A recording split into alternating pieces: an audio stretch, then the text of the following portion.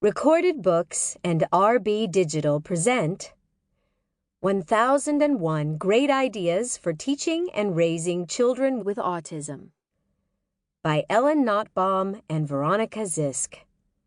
Narrated by Stephanie Cozart. Preface. Whether or not you believe in fate, karma, or serendipity, an impetus greater than mere coincidence brought the two of us authors together.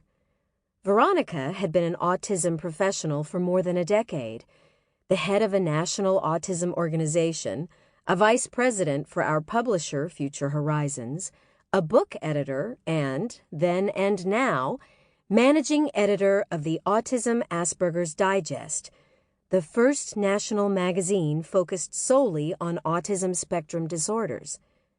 All these things, but not a parent.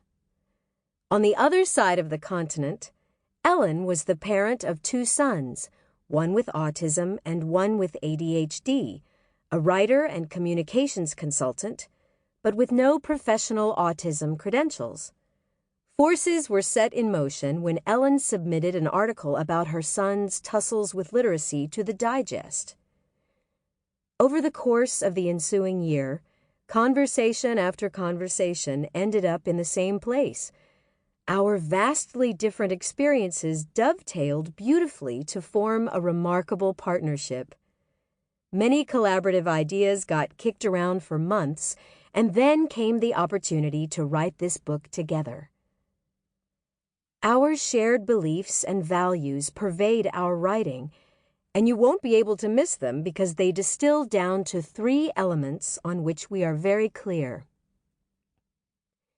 Sensory integration is at the core of our rubric. It drives both of us berserk that some folks in the field of autism still view sensory integration therapy as an as time allows add-on to real treatments.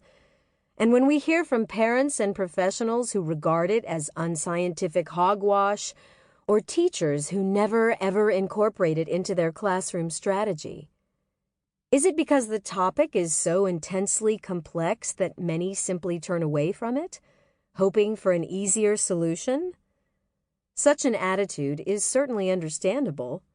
Neurology is a very, very complicated proposition.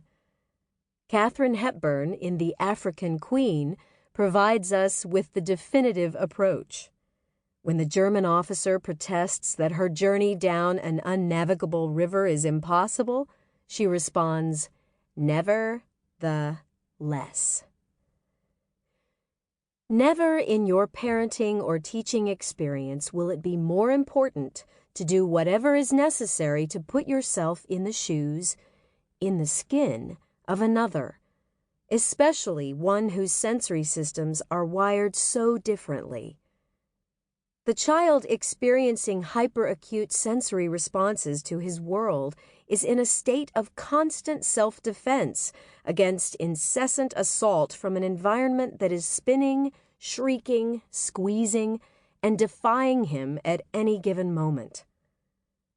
To expect social or cognitive learning to take place under such conditions is simply unrealistic to us.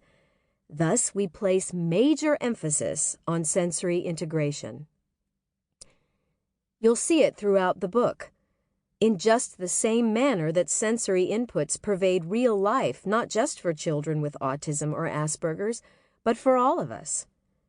For the child affected this way, sensory therapy must be the cornerstone of any treatment program. We know this because we've seen it up close in many children. As a preschooler, Ellen's son exhibited extreme tactile, oral, visual, and proprioceptive defensiveness. After 7 years of focused sensory intervention, he was dismissed from both occupational therapy and adapted PE programs because his skills and sensitivities in these areas were no longer distinguishable from those of his peers. It wasn't magic. It was sensory intervention. Sustained, patient sensory intervention. Shoulder to shoulder with sensory intervention is the significance we place Sample complete. Ready to continue?